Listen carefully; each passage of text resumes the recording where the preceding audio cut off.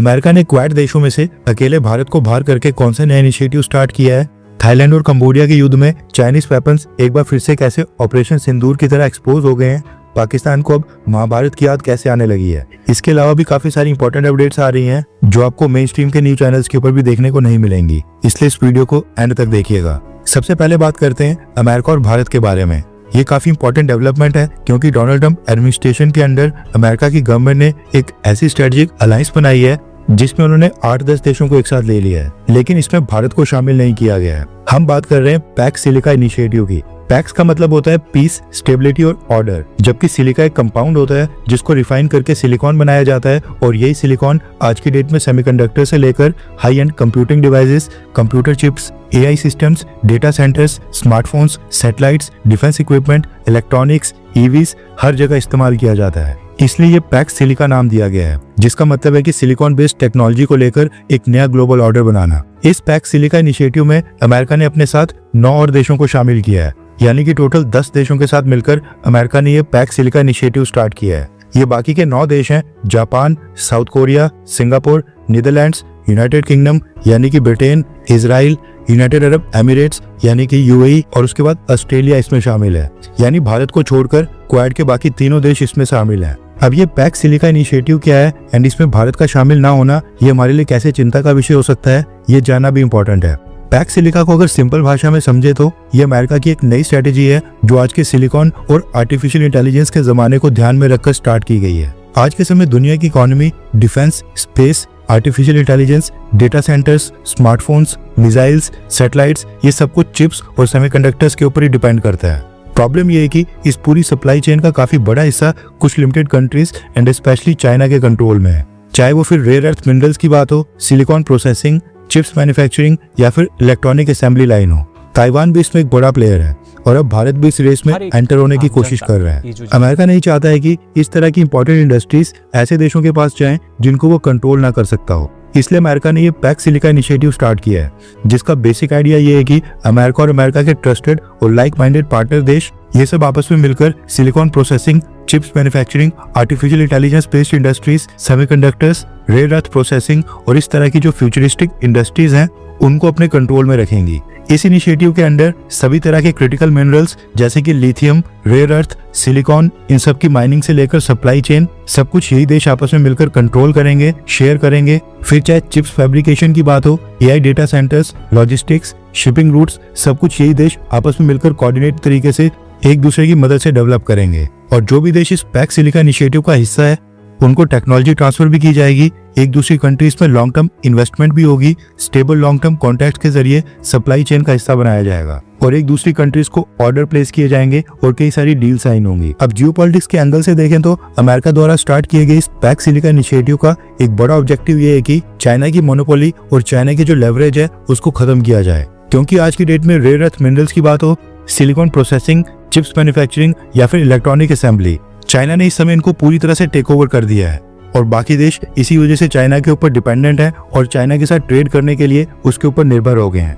अब main point ये है कि इस अलायंस में अमेरिका ने यानी कि पैक्स सिलिका इनिशिएटिव में भारत को क्यों नहीं ऐड किया, क्योंकि अफोर्डेबल सॉल्यूशन और प्राइसिंग के मामले में तो भारत ही चाइना को टक्कर देने की पोजीशन में है। इसके पीछे का कारण है भारत की इंडिपेंडेंट फॉरेन पॉलिसी।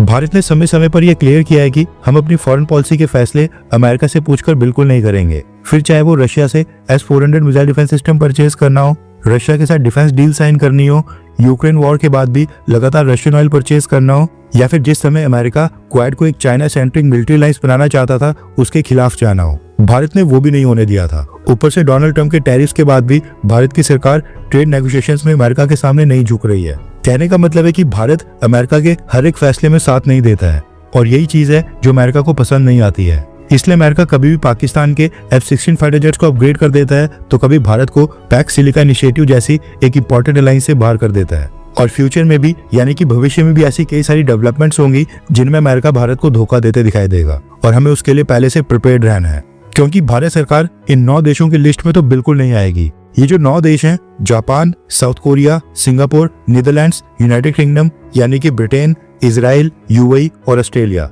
ये सारे के सारे लिटरली अमेरिका के आगे हाथ जोड़कर नतमस्तक हो जाते हैं, अमेरिका की हाँ में हाँ मिलाते हैं। या ये कहना गलत नहीं होगा कि ये देश अपनी फॉरेन पॉलिसी के फैसले भी अमेरिका के प्रेशर के अकॉर्डिंग ही डिसाइड करते हैं। अगर अपने इशारों के ऊपर ही नचवाना है तो ये अलायंस अमेरिका को ही मुबारक हो, क्योंकि बिना किसी सपोर्ट के ही भारत में $100 बिलियन की इन्वेस्टमेंट आ रही है। Data centres, chips fabrication, semiconductors, EVs, defence manufacturing, सब कुछ भारत अपने दम के ऊपर ही अचीव कर रहा है और आगे भी हम करेंगे। इसके साथ ही एक और बात नोट करने वाली ये भी है कि यूरोपियन यूनियन से अमेरिका ने केवल एक ही देश को एंट्री दी है, नीदरलैंड्स को, जबकि फ्रांस और जर्मनी, ये जो यूरोपियन यूनियन के पावर हाउस और सबसे पावरफुल देश माने जाते हैं, जो कि यूनाइटेड नेशन सिक्योरिटी काउंसिल के परमानेंट मेंबर्स भी हैं, इनको भी इस अलायंस में अमेरिका ने शामिल नहीं किया है। इसलिए ये दोनों भी यानी कि फ्रांस और जर्मनी अब ये भी अमेरिका से काफी नाराज होने वाले हैं। नेक्स्ट अपडेट आ रही है चाइना, थाईलैंड और कंबोडिया युद्ध को लेकर। अमेरिका की अपील के बाद भी दोनों देशों के बीच क्लैशेस अभी भी जारी हैं, लेकिन इस बीच एक बार फिर से ऑपरेशन सिंदूर की यादें ताजा हो गई हैं। आपको याद होगा ऑपरेशन सिंदूर में पाकिस्तान ने चाइनीज एयर डिफेंस सिस्टम्स और चाइना के वेपन्स का काफी इस्तेमाल किया था। हालांकि ये सब भारत की मिसाइल्स को डिटेक्ट करने में फेल साबित हुए थे। भारत ने काफी आसानी से पाकिस्तान की सीमा के अंदर घुसकर वहां पर कई सारे टारगेट्स को तबाह भी कर दिया था। इवन चाइनीज मिसाइल्स भी भारत में बिना किसी टारगेट को हिट किए ओपन एरिया में गिर गई थी।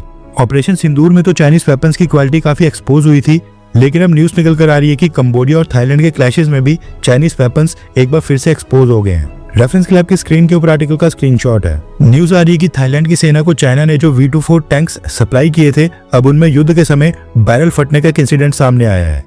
इस घटना में थाईलैंड सेना के कई सारे पर्सनल्स इंजर्ड हो गए हैं। टैंक की मेन गन खराब होने के साथ साथ फायर कंट्रोल टारगेटिंग सिस्टम और लेजर वार्निंग सिस्टम भी सही तरीके से काम नहीं कर रहे हैं। अभी तो खैर ये प्रॉब्लम 1-2 टैंक्स के अंदर ही देखने को मिली है, लेकिन आगे चलकर पता चलेगा कि इन सारे टैंक्स की परफॉर्मेंस कैसी है, क्योंकि ये पहली बार हो रहा है जब इन टैंक्स का इस्तेमाल थाईलैंड कंबोडिया के अगेंस्ट कर रहा है। अभी जो V24 टैंक्स हैं, इनके फेलियर की न्यूज ये पाकिस्तान के लिए भी बुरी खबर है, क्योंकि थाईलैंड के साथ साथ पाकिस्तान ने भी चाइना से ये V24 main battle tanks purchase किए हैं। थाईलैंड के पास ये 62 ही हैं, लेकिन पाकिस्तान ने तो साल 2023 में 680 V24 टैंक्स का ऑर्डर प्लेस किया था।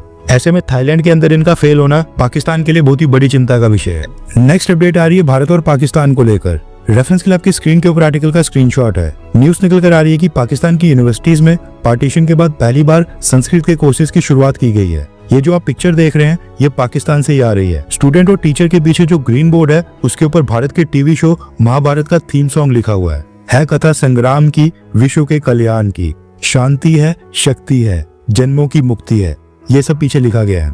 रिपोर्ट के according Lahore university of management sciences ने संस्कृत लैंग्वेज का 3 महीने का एक कोर्स स्टार्ट किया है। डॉक्टर अली उस्मान कासमी ने बताया कि पाकिस्तान की जो पंजाब यूनिवर्सिटी की लाइब्रेरी है, वहाँ पर पार्टीशन से पहले की संस्कृत बुक्स का एक आर्काइव पड़ा हुआ है। काफी बड़ी कलेक्शन है जो 1930s में JCR वुलनर नाम के स्कॉलर ने इनका कैटलॉग करके वहाँ पर रखी है। लेकिन 1947 यानी कि पार्टीशन के बाद से पाकिस्तान एकेडमिक ने इनका कभी भी इस्तेमाल नहीं किया। केवल फॉरेन कंट्रीज के रिसर्चर्स और स्कॉलर्स इस लाइब्रेरी में आकर यहाँ पर संस्कृत की मैन्युस्क्रिप्ट्स और एंशिएंट बुक्स को पढ़ते हैं। लेकिन पाकिस्तान के अंदर ही संस्कृत कोर्सेज स्टार्ट करने से अब वो उम्मीद करते हैं कि संस्कृत का जो कैटलॉग है उसको पाकिस्तानी भी पढ़ेंगे और नॉलेज लेने की कोशिश करेंगे। इसके साथ ही पाकिस्तान में कहा जा रहा है कि संस्कृत को इंडस वैली सिविलाइजेशन के साथ जोड़कर देखा जाए। पाकिस्तान का भी इसके ऊपर उतना ही हक है जितना भारत का, और ये लैंग्वेज किसी एक धर्म तक सीमित नहीं होनी चाहिए। डॉक्टर शाहिद रशीद के एफर्ट्स के बाद लाहौर यूनिवर्सिटी में संस्कृत का कोर्स स्टार्ट किया गया है और उनका कहना है कि वो महाभारत और भगवत गीता के ऊपर भी यूनिवर्सिटी के अंदर कोर्सेज स्टार्ट करना चाहते हैं। नेक्स्ट अपडेट आ रही है भारत और ताइवान को लेकर। रेफरेंस क्लब की स्क्रीन के ऊपर आर्टिकल का स्क्रीनशॉट है। न्यूज निकल कर आ रही है कि ताइवान का जो भारत में Taipei economic and cultural centre है, जो कि एम्बेसी के बराबर होता है, उसके डिप्टी रिप्रेजेंटेटिव मिस्टर रॉबर्ट की भारत में न्यू दिल्ली में अचानक से मौत हो गई है। इनकी उम्र 52 साल की थी और मौत का कारण क्या है वो अभी तक ताइवान ने नहीं बताया है। अब इसमें क्या पॉइजनिंग या फिर चाइना का कोई एंगल है या फिर नेचुरल रीजंस के कारण ही इनकी मौत हुई है, अभी ज्यादा डिटेल सामने नहीं आई है। जैसे इस बारे में और कोई नई जानकारी आएगी हम आपको इन्फॉर्म कर देंगे। नेक्स्ट अपडेट आ रही है ऑस्ट्रेलिया से। दरअसल न्यूज निकल कर आ रही है कि ऑस्ट्रेलिया के बॉन्डी बीच के ऊपर भी पहलगाम स्टाइल का एक हमला हुआ है, जहां पर 2 लोगों ने पब्लिक में अचानक से गोलाबारी करना स्टार्ट कर दिया था। ऑस्ट्रेलिया के सिडनी में एक बॉन्डी बीच है, यहाँ पर आज दिन में जीविश कम्युनिटी का हानुका इवेंट चल रहा था और अचानक से यहाँ पर 2 आदमी आए जिन्होंने काले रंग के कपड़े पहने हुए थे और वहाँ पर मौजूद सभी लोगों के ऊपर अंधाधुंध गोलियां चलाना स्टार्ट कर दिया था। प्राइमरली इनमें ज्यूज के ऊपर ही हमला किया गया, लेकिन क्योंकि वहाँ पर बीच के ऊपर काफी सारे सिविलियंस आए थे, जिसके कारण कहा जा रहा है कि इसमें कैजुअलिटीज काफी ज्यादा हुई हैं। लेकिन जो हमलावर थे उनके टारगेट के ऊपर ज्यूज कम्युनिटी के लोग ही थे। जिस तरह से पहलगाम के समय हिंदू लोगों को स्पेशली टारगेट किया गया था, वीडियो रिकॉर्ड करते समय तक कैजुअलिटीज और इंजर्ड लोगों की क्या संख्या है ऑफिशियल डेटा अभी तक सामने नहीं आया है, लेकिन कहा जा रहा है कि ये नंबर्स काफी हाई होने वाले हैं। भारत की सरकार ने भी इसके ऊपर अभी तक कोई स्टेटमेंट रिलीज नहीं की है। हर 24 घंटे के अंदर जियोपॉलिटिक्स में बड़े फेरबदलाव और उलटफेर हो रहे हैं और भारत के लिए नए चैलेंजेस आ रहे हैं। कोई देश अपने फैसले से पलट रहा है तो कोई देश ब्लैकमेलिंग के ऊपर उतर आया है। सभी देश एक दूसरे को नीचे लगाने की कोशिश कर रहे हैं। इन सब के बीच हमारा भारत किसी भी देश से पीछे न रह जाए, इसके लिए मोदी सरकार लगातार कोशिशें कर रही है। एंड भारत की foreign policy, defence news, economy और ग्लोबल अफेयर्स का सही एनालिसिस हमारे चैनल इंडियन अफेयर्स का मिशन है और ये मिशन आपके सपोर्ट के बिना अधूरा है। इंडियन अफेयर्स हिंदी के ऊपर हम सभी फैक्ट्स और डेटा बिल्कुल सरल भाषा में एनालाइज करते हैं, बिना किसी एजेंडा के। अगर आप चाहते हैं कि इंडियन अफेयर्स का सही और ऑथेंटिक एनालिसिस आप तक लगातार पहुंचे, तो इस वीडियो को लाइक करें और हमारे चैनल इंडियन अफेयर्स को सब्सक्राइब करके बेल नोटिफिकेशन ऑन करना मत भूलिए। आपका एक लाइक हमारे चैनल को ग्रो करने में काफी मदद करेगा और एक सब्सक्राइब ये सुनिश्चित करेगा कि आप किसी भी इंपॉर्टेंट अपडेट को मिस ना करें। अगर आपने हमारे चैनल को पहले से सब्सक्राइब किया है तो दिल से धन्यवाद। जय हिंद, वंदे मातरम।